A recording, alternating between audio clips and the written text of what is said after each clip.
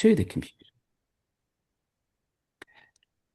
And welcoming everybody to this edition, the June edition, end of H1 2026, of the Business Council for Sustainable Development Australia's Landscape series, where we talk all things policy from Australia and from around the world. We're not just limited just to what's going on in beautiful downtown Auslan, because there's so much that happens. Big welcome to you all for this, the 24th of June, 2026. Thank you for joining us. And before we begin, as we always do, I would like to acknowledge the traditional custodians of country throughout Australia and their continuing connection to land, to sea, and to community.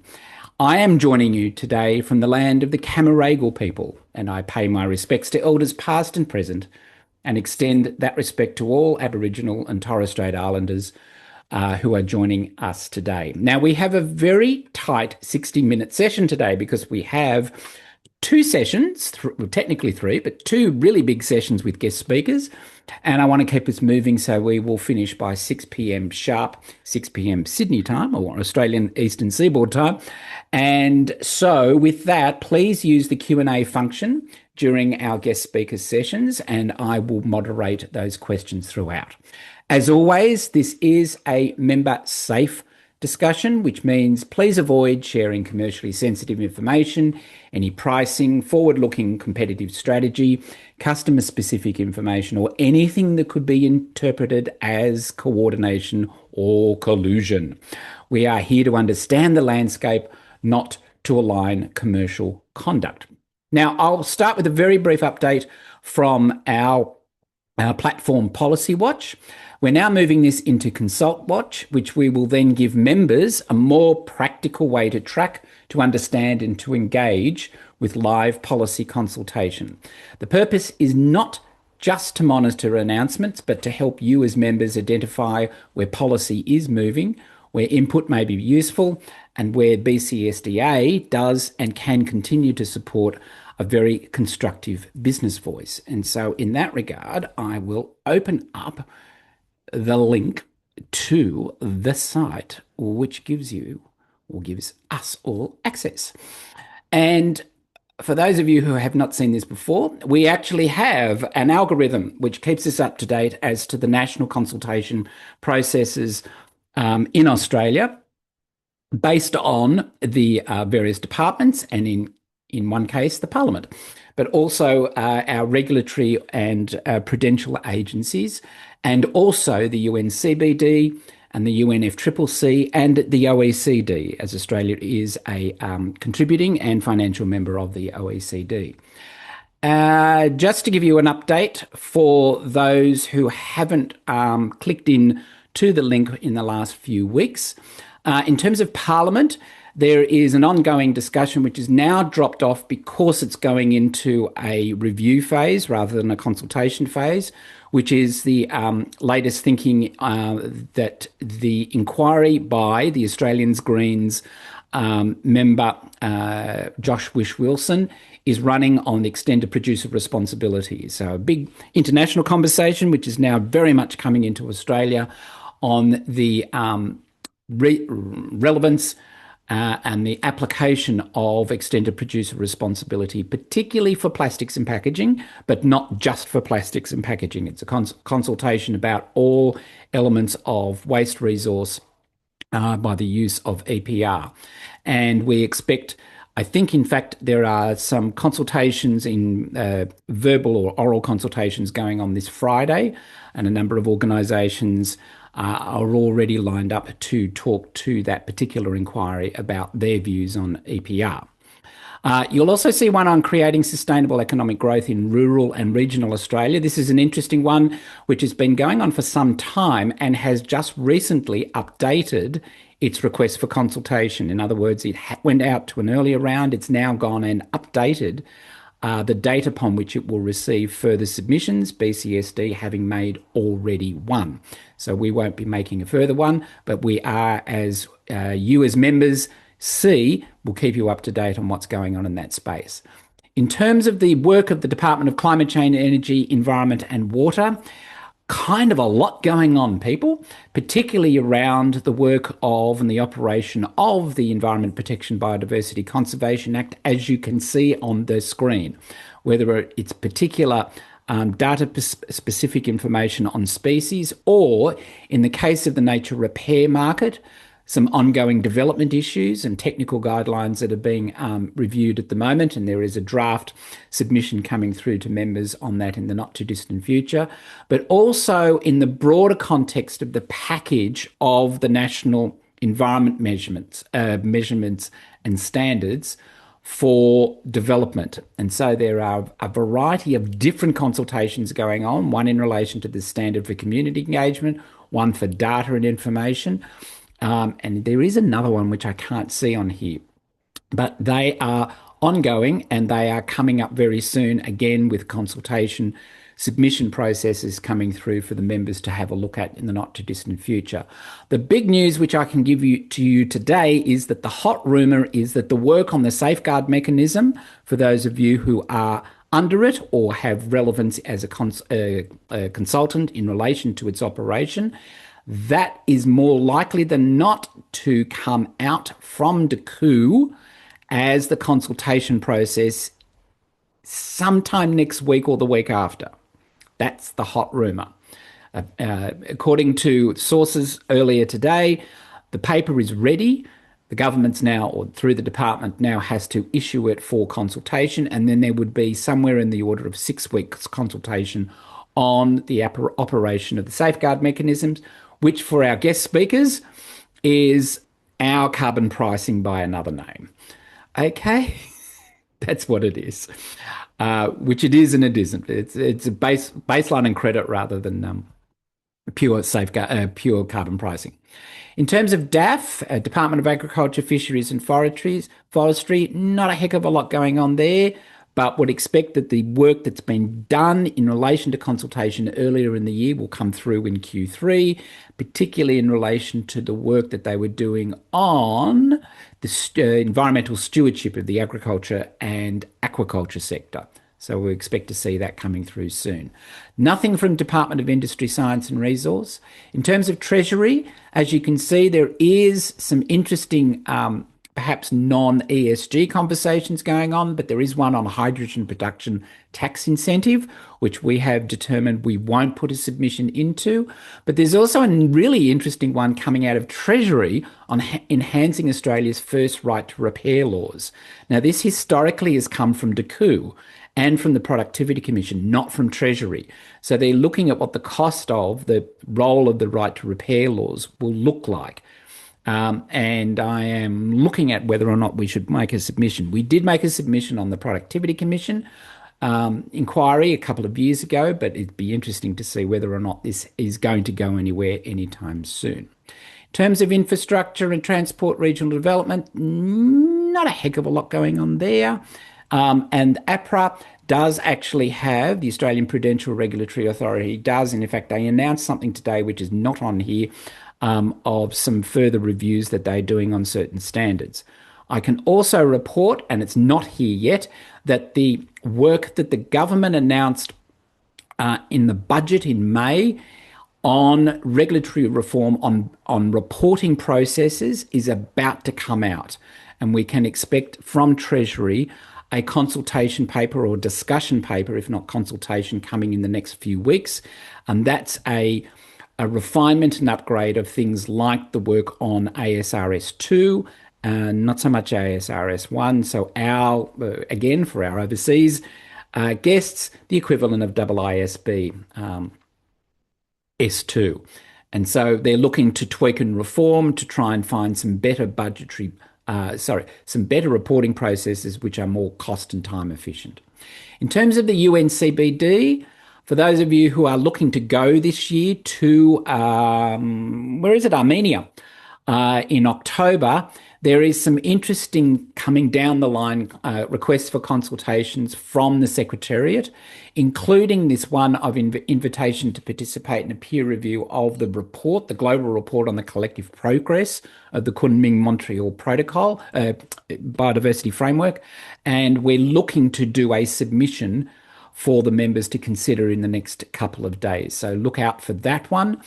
And there's just some matter of process and logistics going on in relation to if you were interested in then making appearing at and taking up exhibition and pavilion space. And I've actually contacted the government of Australia to find out if we're going to have host a pavilion at CBD COP17, because we now do one in relation to the UNFCCC, and that's very well received, but haven't yet seen Australia do one for the biodiversity COP. So there's a couple of things going on there. And in terms of the UNFCCC, there is some procedural matters that are occurring there. Not necessarily that exciting, but they are not irrelevant, particularly if you look at this consultation on emissions reduction through shifting to low carbon navigation route of passenger vehicles, which is actually fairly relevant in Australia, as you would appreciate, given the size of our country and the ability of particularly commercial vehicles to be able to navigate certain parts of Australia in an emissions-friendly way. All right, so that's the quick snapshot of what's going on from a policy perspective.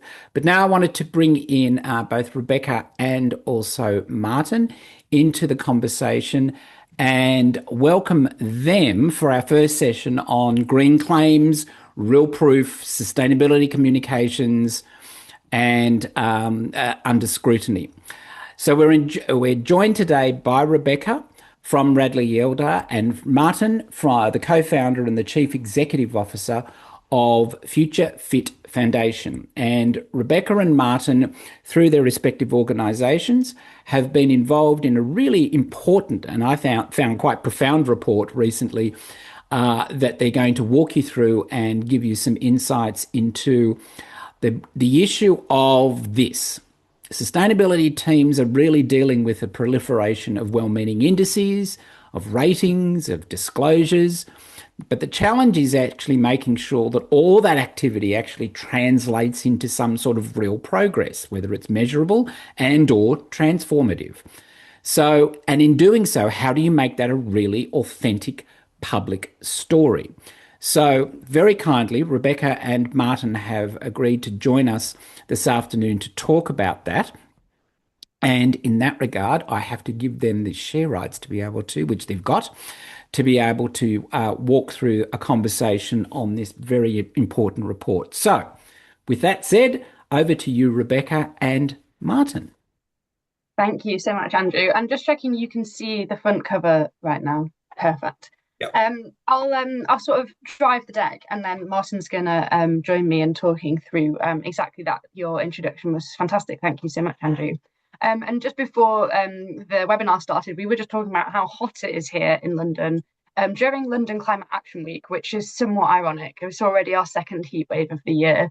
And so hopefully we're all in agreement that the current world order can't continue as it is. This extreme weather is just one of the side effects that the damage our economic system is causing. And it's not just a moral one either. It's very much a real cost for businesses right now. So we felt that it was becoming increasingly clear corporate sustainability has to be part of the solution. And that means it can't just be about effort, about glossy reports, ESG scores, and being less bad than your peers.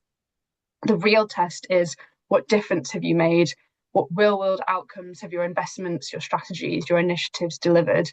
And how is your business transforming?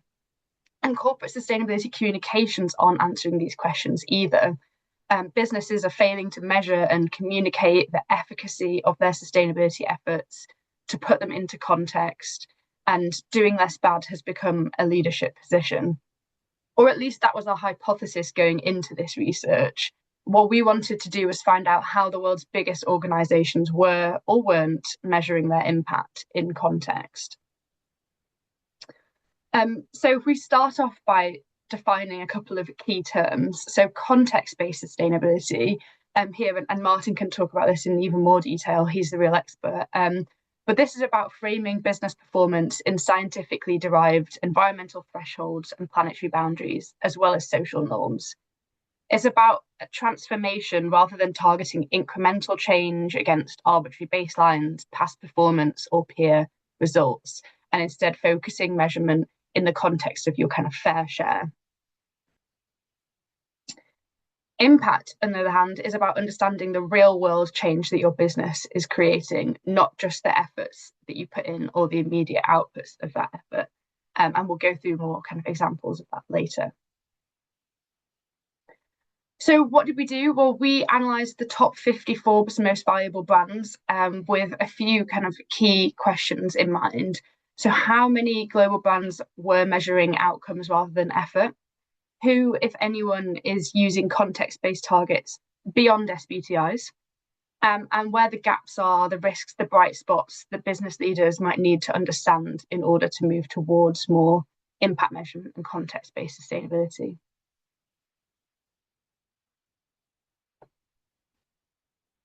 So in terms of what we found, perhaps unsurprisingly, impact is much more mature across environmental topics and emissions very much leading the way.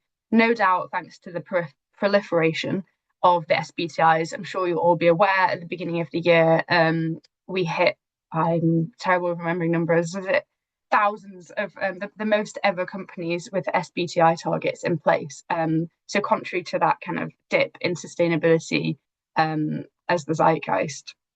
And so we found that actually only 64% of brands, at least 64% of brands only report on environment-related impact targets. And only 14 targets, not just 14 companies, 14 targets actually looked at impact in the social space. And SBTIs also are to thank for a great deal of the context-based targets that we found. So 19 of the 50 companies only had their SBTI target as a context-based target, no other context-based targets. After that, water was one of the most popular topics. And in fact, a lot of tech companies have sort of water neutrality or water positive targets in place.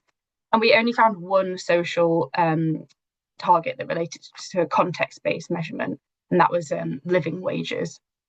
And interestingly, and probably much to Martin's dismay, we really couldn't find explicit reference to any impact or context-based frameworks such as the Future Fit benchmark or the UN Sustainable Development Performance Indicators. So our hypothesis was sort of proved, but we wanted to understand why businesses weren't measuring impact in context, and then, of course, how they can. So we go into more detail in this in the downloadable version of the report, which I'll send a link to as well. But at a high level, some of the reasons businesses haven't been measuring impact in context based on our interviews and research.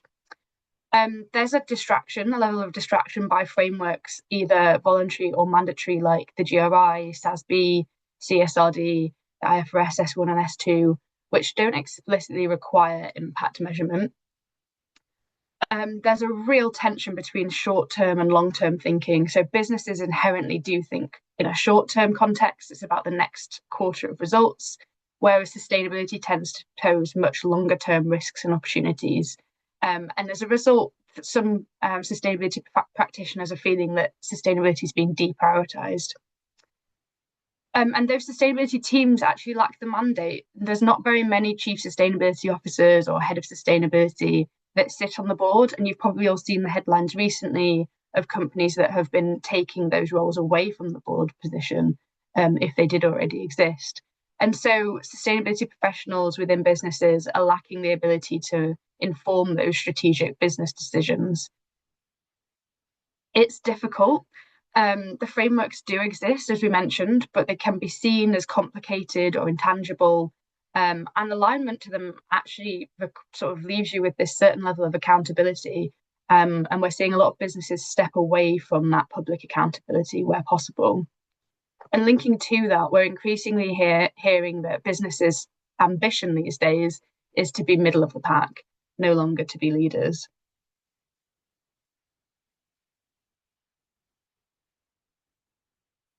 So moving on then to how businesses can measure impact in context, we put together a 6-step blueprint, and we'll go through each of these, and Martin, please do chip in with your great examples.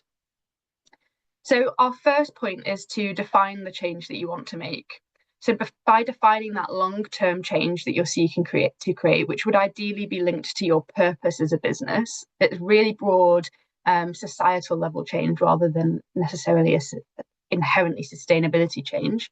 You can then work backwards, understand what is it that needs to happen in order for that purpose or that ambition to come to life, in what sequence, for who or for what.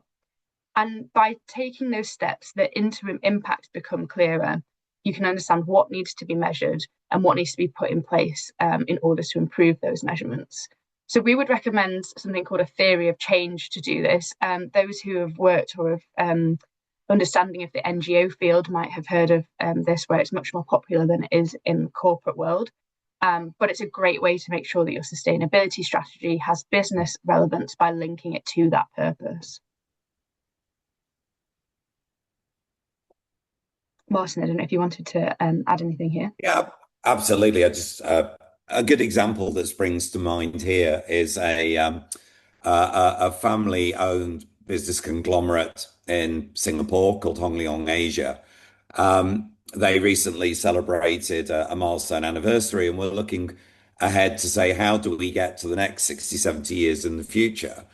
Their three biggest products are prefabricated concrete, extremely large diesel engines, and plastics. And the question they asked themselves was quite simply, are those three products going to exist in the next 60 to 70 years? Are they going to exist exactly as they do today? Are they going to exist in a different form? Or will they not exist at all? And I won't go into the details because of time, but clearly all three of those are either going to not exist or exist in a very different format. So what the business leaders of these various different business groups agreed was, well, we can either bury our head in the sand and hope that we last for a while. We could be reactive. We could be in the middle of the pack and we could sort of see what the sectors do and respond accordingly. Or we can get on the front foot and we can lead the change across each of these product sectors. We can define the change that we want to make, and we can help to lead in each of those places so that our organization will continue to exist for the next 70 years. So really defining the change they wanted to make was as much an existential one as anything else. But they recognized that the world is changing around them, and they mapped then, or started to map, what would we look like in the future and how do we get there? Rebecca. Thank you, Martin. It's a great example. So our second step was about focusing on efficacy and asking, so what? So most organizations do continue to measure what's easy. It's the spend, it's the participation, the number of training sessions, the hours volunteered. You get the picture. But those metrics describe the activity rather than the impact that the activity created. It's what you did rather than what you changed. So this is where an impact ladder can come in really handy. And it's about sort of understanding what measurements or what metrics would fit into each step of this ladder, building all the way up to impact so that you are measuring impact as well as effort. And Martin, I don't know, again, if you wanted to include an example here. Well, just to say that with this, really, it comes down to what is the purpose of your organization. And again, actually starting from the top of the ladder and working back can be really, really helpful. What is the purpose of your organization? Why do you exist? What is it that you do? Why should society want you ultimately to succeed, both in terms of the impact you have, but also financially?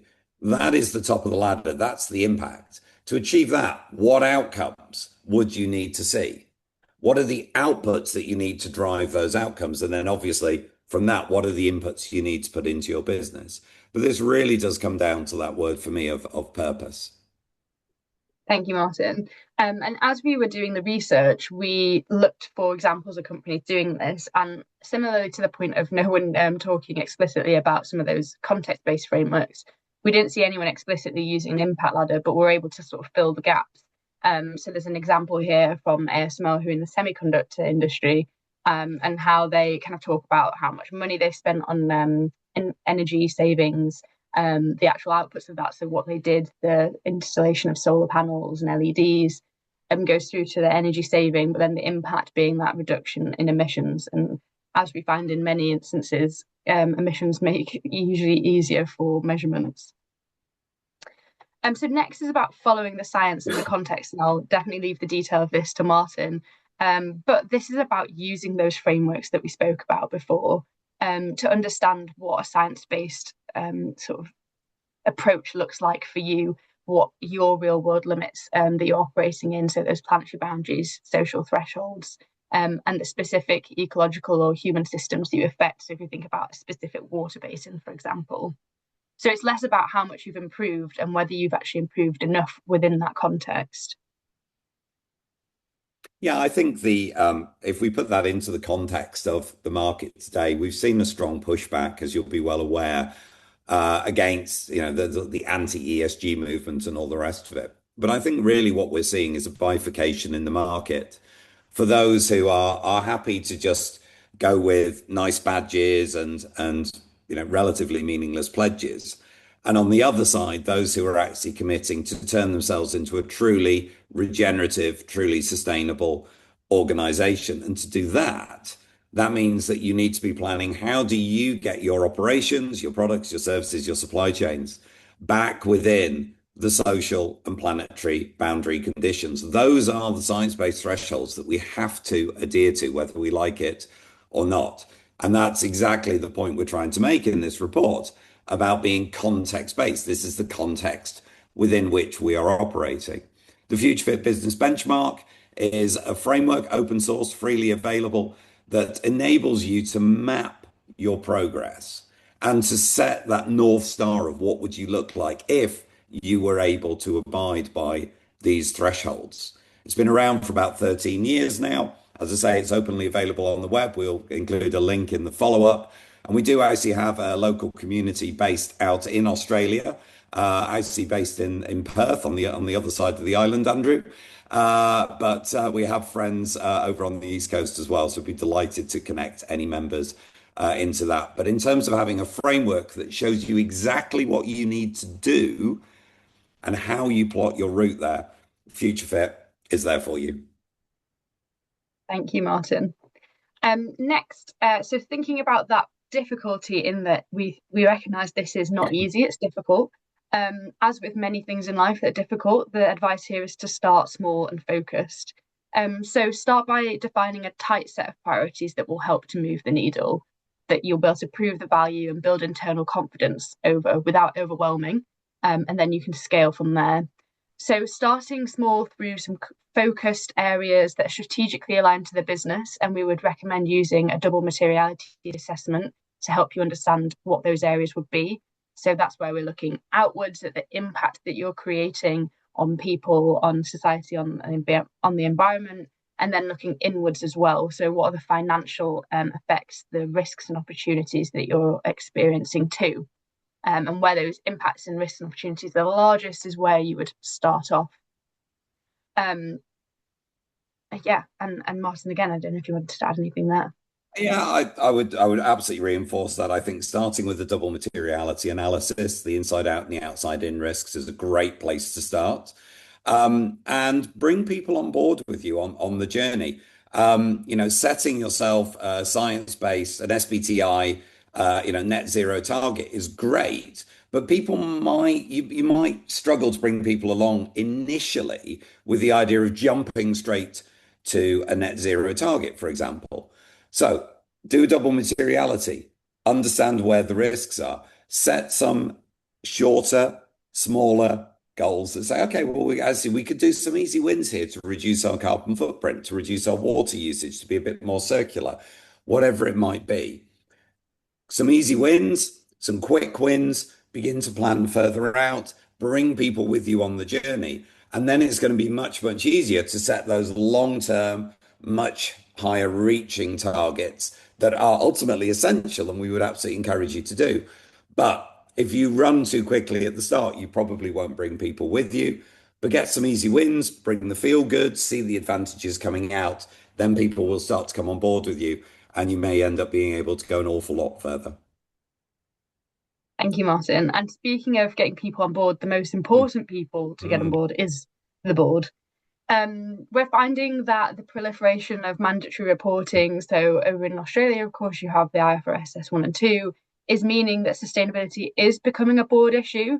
But this is about changing that from just being a kind of a headache of we've got to be compliant into something where the board really sees the value of treating sustainability and sustainability reporting as a strategic tool. And part of that is about speaking the right language. And once again, the double materiality assessment provides a really great tool here. If we specifically think about the financial aspects, so those risks and opportunities, and you can explain sustainability as a strategic tool to continue making money or to make more or to mitigate against some of those risks, that's where you'll really get the attention of the board. And just a quick cautionary tale on that one. There's an organization, huge company called Wiesmann Climate Solutions, who make HVACs and heat pumps and that type of thing. Originally based in Germany, family owned. A couple of years ago, the team, with the support of senior management, the owners and the board, produced the best strategic management document that I have ever seen. You can see a copy of it very easily on our website. And they were going great guns with this. Unfortunately, or depending on your point of view, they ultimately senior management sold the business to a US listed firm called Carrier, who you might have come across, again, make aircon units and the like. US based, Florida listed. Ultimately, the team went in with great optimism. But sadly, the anti-ESG movement, shall we say, sort of won out in the end. And ultimately, the new board didn't feel able to support the level of commitments and everything that had been made. And thus, this is all now somewhat faded away into, again, some fairly anodyne commitments and not a huge amount of stuff, and most of the team is dispersed. So, a salutary tale of the importance of getting and keeping the board on board. But please do go and look at the original Wiesmann document because it is absolutely fantastic. If you want to see best in class, that is it. Thank you, Martin. And our final stage in the 6-stage blueprint is about recognizing that you're not necessarily going to nail this first time. So measuring, learning, and evolving. And impact measurement really should be a continuous exercise. The external context will change, the business will hopefully make progress, and so things need to change in recognition of that. So this is about ensuring there's a really clear feedback loop, that businesses continue to ask themselves whether the initiatives they put in place are having the intended effect, and it's about learning from those lessons and implementing changes where necessary, so that ultimately the long-term change goal that you've put in place is being supported by those actions and by those measurements as well. And very briefly, as an example there, I would point you east across the Tasman Sea to your friends in Aotearoa, New Zealand. There's an organisation there called THL Tourism Holdings Limited, one of the listed companies over there. They're an RV rentals company. So if you're familiar with Brits, rental vans and things like that, they're all part of that same group. They've been using the Future Fit mechanism for a good number of years now. Their annual sustainability reports contain a huge amount of detail tracking their progress, their goals, the challenges, the wins. So in terms of this measure, learn, evolve, these guys have done it very, very transparently. So again, I would encourage you, if this is interesting, go and have a look at the last couple of their reports, and you'll see this in action. So it's THL Tourism Holdings Limited. Thank you so much, Martin. And that brings us to the end. Hopefully we've managed to keep to time, and hopefully that was interesting and not just a repeat of everything that you're hearing all the time. No, that was really good. And I've got a question or two for either or both of you. And the first question, conscious of what you've indicated as to the steps, the 6 steps, but what do you think is the first step that a business should take towards this impact-oriented, context-based sustainability with the intent of being authentic and being public, because one of the elements of authenticity we think is the transparency of being able to talk about this in public as opposed to just your customers or to your investors, for example. Who wants to take that question? Rebecca, do you want to go first? No, All right, you go okay. first. Don't fight. So we're so polite. So thanks, Andrew. No, look, I think it comes down to the need to root back into the science-based boundaries and thresholds if you are going to be genuine and authentic in what you are doing. And I think honestly, the world is getting a little fed up of nice badges and pledges that ultimately nobody holds to. If you're going to stand up to the public and to your suppliers and to your business customers and say to them, this is genuinely how we're making progress, then you've got to be able to A, show how you're going to measure that and what is it going to look like actually when you get there. So for me, it's all about what is the transformation that we are going to undertake as a business? How are we going to get ourselves back within these boundary conditions so that we're no longer causing any harm and actually we're being regenerative in everything that we're doing? We don't have all the answers today. We're not perfect today. Nobody is perfect today. It's very hard to be perfect in an imperfect system. But here's what we are committing to doing. Here's the journey that we're going on. And actually, we're inviting everybody else to come on that journey with us and help us to make that journey. And then ultimately you're reporting and things like that, which I believe Rimona is going to be talking about in a minute, right? This is all about how do you shift from randomly reporting bits of data that don't mean anything to here is a concrete set of information that shows you what the journey we're on actually looks like. And we're going to be open, honest, and transparent about that. But again, it's got to be based in the context of the thresholds and where you're going for it to be truly authentic.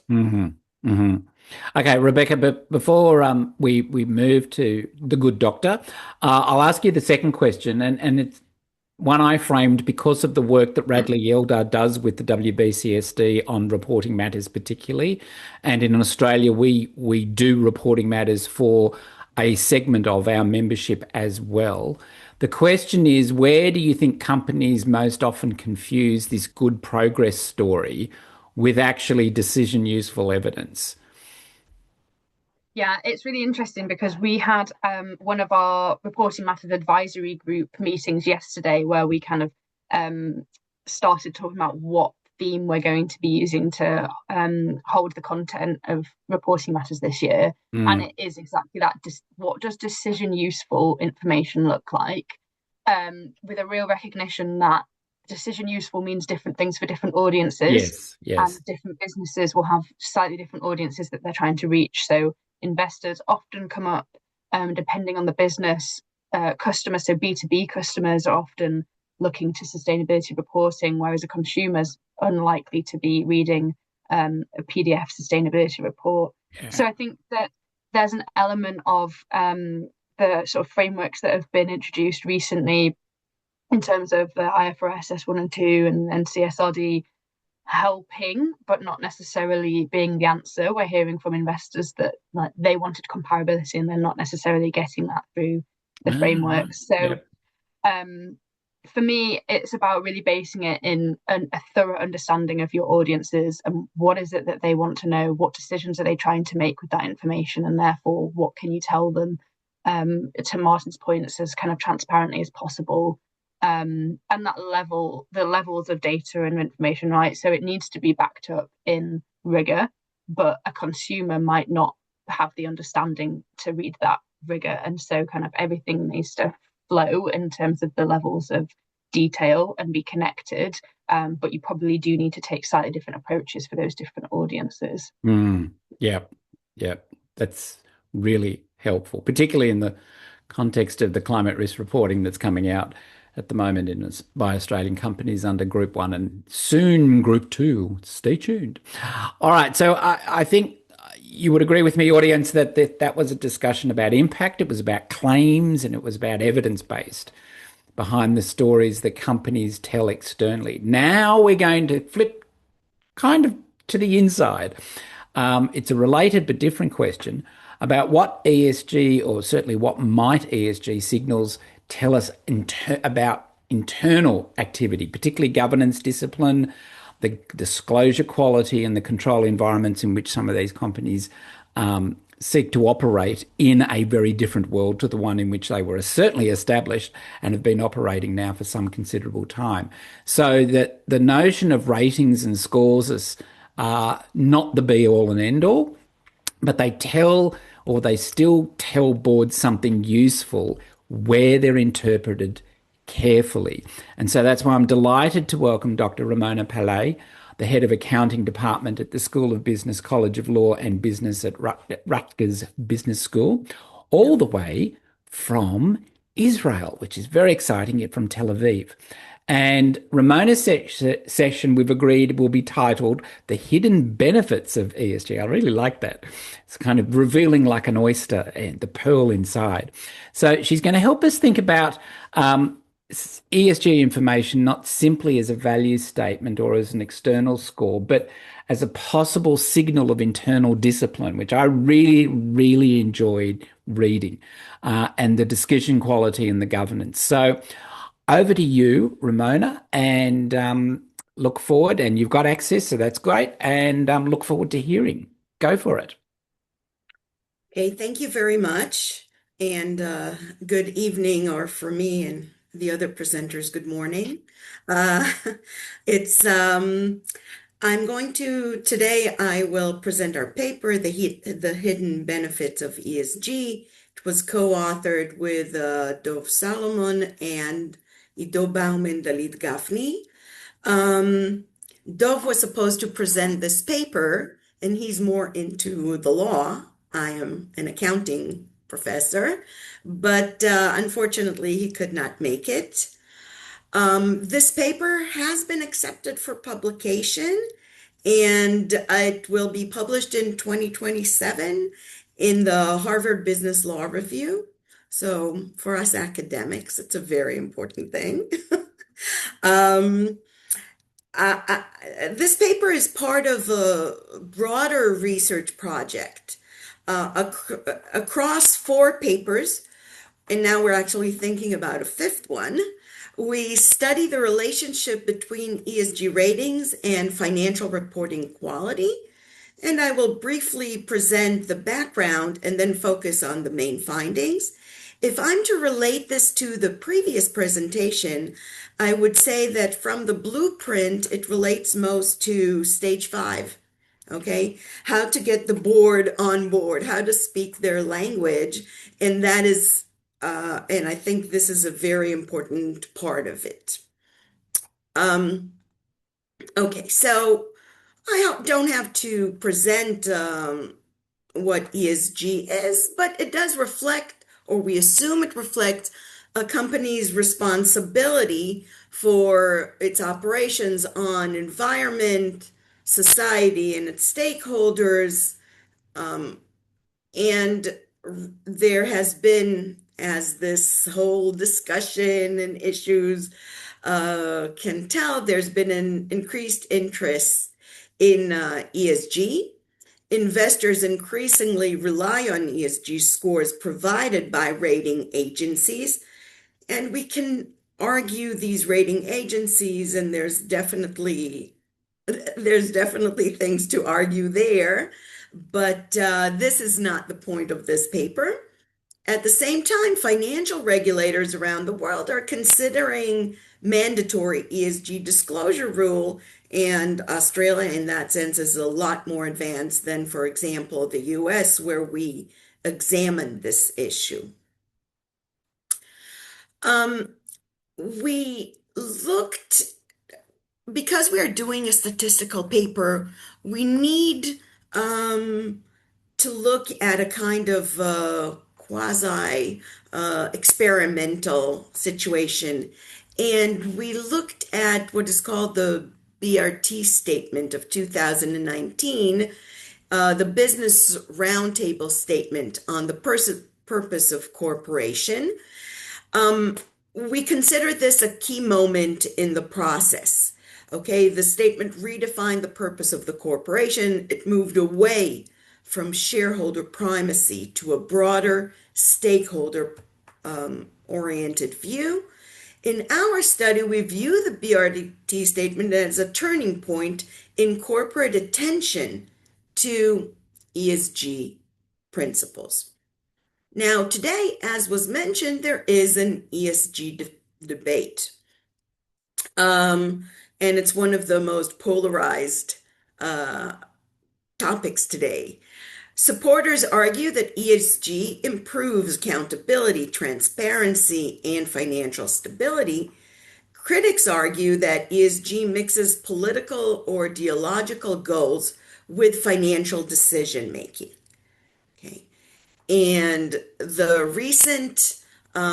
in recent years, this criticism has led to a legislative backlash. So several U.S. states have adopted anti-ESG laws, and you mentioned Florida. Florida is one of those states, and these laws restrict and sometimes prohibit the use of ESG considerations in public investment decisions.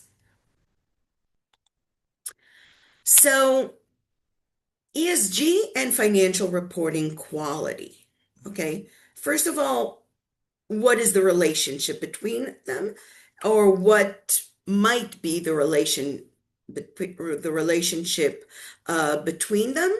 And although ESG is usually looked at or viewed through lenses of social responsibility and ethical investing, we're actually looking at an overlooked aspect of ESG matrices, and that is their relationship with the quality of financial disclosure. Specifically, we examine whether firms use their ESG rating to divert attention from poor financial performance. Again, I have to emphasize, we're not examining whether the ESG ratings reflect the actual ESG performance. We're not examining whether ESG ratings improve financial performance. That is not what we're looking at. What we're looking at is to see are companies that have high ESG ratings. Truth is a term that in accounting we don't like so much, but are they being transparent, or do they provide the information that they should in financial reports? Okay, the competing perspectives are that enhanced ESG activities improve financial performance, reducing the need to manipulate reports, resulting in a higher financial reporting quality. The other perspective is that high ESG scores are used to divert attention from poor financial performance, which is hidden by low FRQ. One term which might be, again, greenwashing is usually used for other issues, but in this case, are we trying to just look like we're doing good, and therefore we need to hide its actual impact?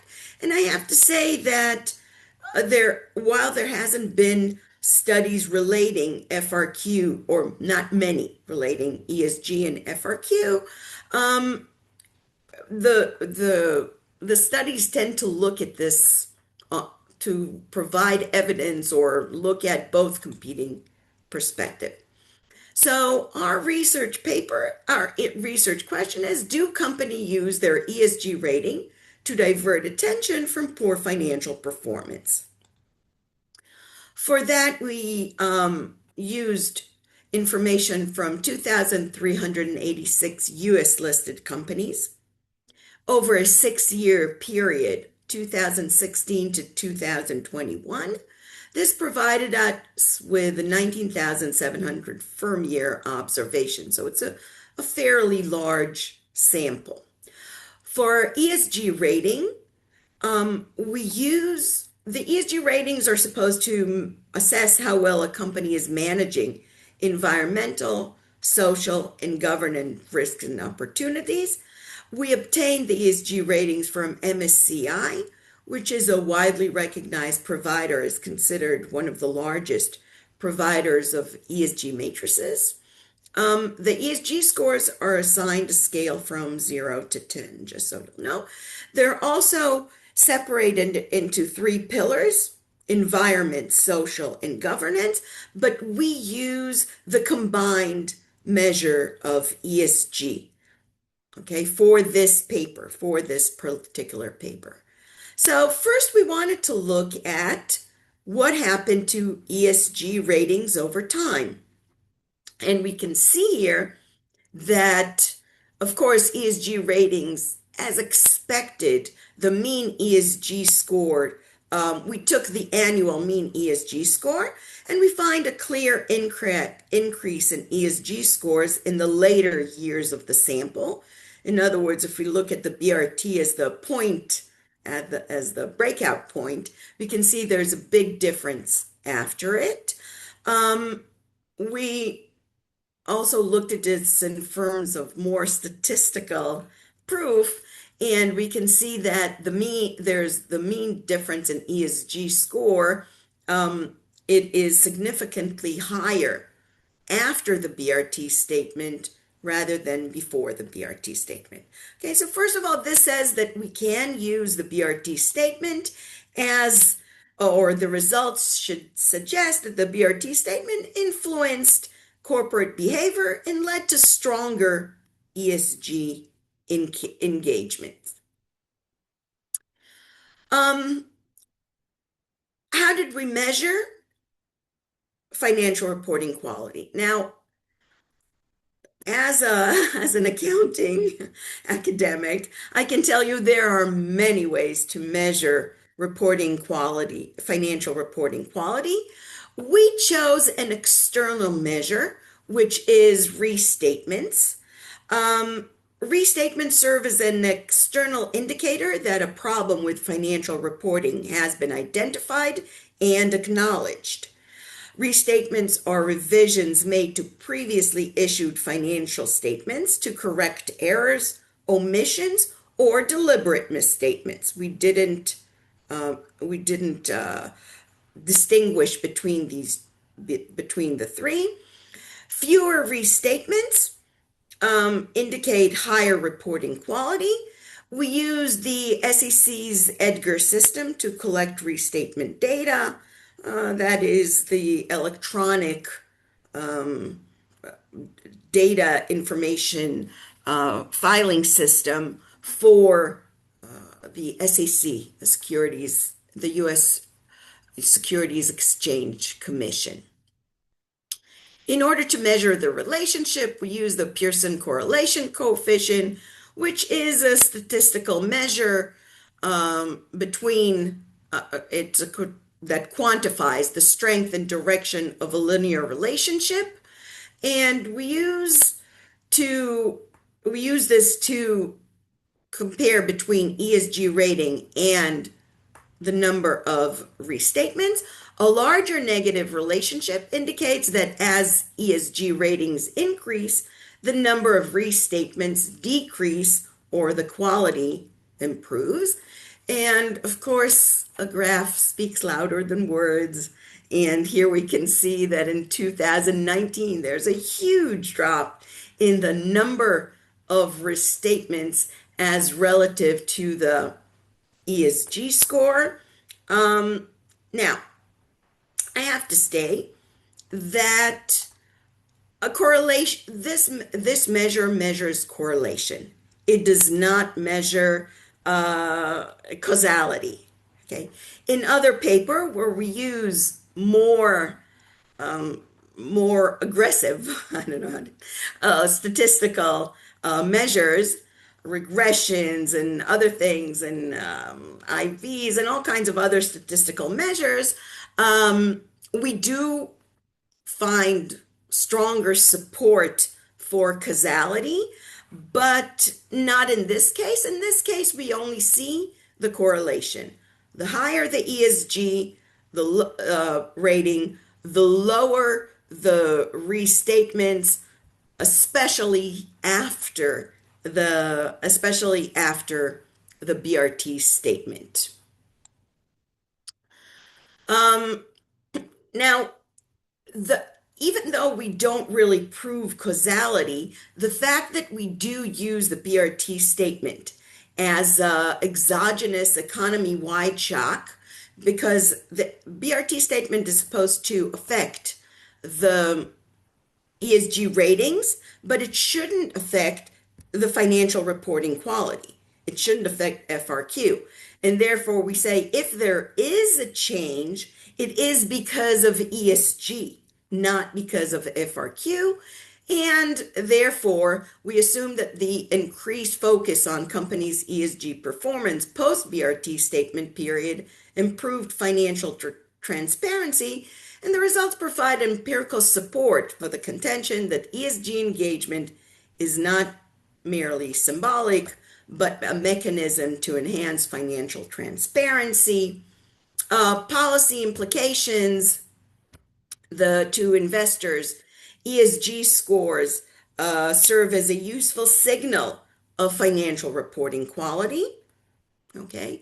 To companies, ESG, and here again, I relate to the previous presentation. ESG engagement is not merely a sustainability measure, but also a strategic governance tool that bolsters financial integrity and builds investor trust. And for regulators, our analysis highlights the efficacy of private ordering as evidenced by the impact of the BRT statements. In other words, you don't necessarily need an actual regulation or law of ESG, but even voluntary ESG initiatives can have an effective, as long as they have a high impact, can have an effect. And our findings challenge the rationale behind anti-ESG legislation, reinforcing ESG's role as a rational, data-driven strategy. Okay. As I said, we have 3 other papers. 2 have already been published. 1 is still in the works. The first one talks about basically ESG in general, and again provides more measures than not just restatements. The second one looks at the different pillars, and actually we find a very important connection to the social pillar, which was a little bit unexpected. And the third one is looking at sensitive industries, in other words, those industries which are sensitive to environmental issues. Thank you very much, and I look forward to your comments or questions. That was awesome. You're going to go. You and the others are going to go down in history as the ones that have proved that ESG actually makes financial performance better. No, I'm kidding. But it really is fascinating to see that, particularly that graph, just the restatement point. It's really fascinating. I don't know where to begin. I have a question. I guess if these scores can signal some sort of internal discipline, what do you think might be the practical governance of all reporting questions that directors should actually be asking management? Or is that a piece of work that needs to be done? There you go. I'll give you the next tranche of work to be done. Okay. You have to understand that basically we're not saying that high ESG scores guarantee high financial reporting quality. Right. Okay, that's not what we're saying. What we're saying is that the attention to these issues in terms of ESG has a positive effect beyond ESG. Okay, so we're not saying, okay, if you increase your ESG ratings, your financial reporting will be much higher. That's not the point. And I guess because, and this could also relate to, we need to look at the actual internal discipline of the company. In other words, what does the company actually do to get this higher ESG rating? And that's something that a board can do. Yeah, Unlike absolutely. the investors, for example. Yeah, no, that's a very good point. Well, I very much look forward to seeing this published by Harvard. I think that will be just an expansion of the work that you're doing, and congratulations to the four of you for this work. I was totally fascinated when I saw it come through on my thread and thought we must have you to come and talk to us, particularly as Australian companies, publicly listed companies, are very much on that first tranche of exploration of what the role of ESG does to not just the attractiveness or otherwise of them for investor purposes, but what does it, and this is what I loved about it, the internal discipline that it might actually provide to a company as it builds out, particularly the work that Radley, Yeldar and FutureFit have been espousing for some considerable time in various forms, Rebecca, particularly with WBCSD. So a big thank you to the three of you, Rebecca, Martin and Rimona, for the work today. And thank you very much for joining us. For those in the membership, don't forget that our next landscape session will be scheduled for 5 p.m. on the 29th of July.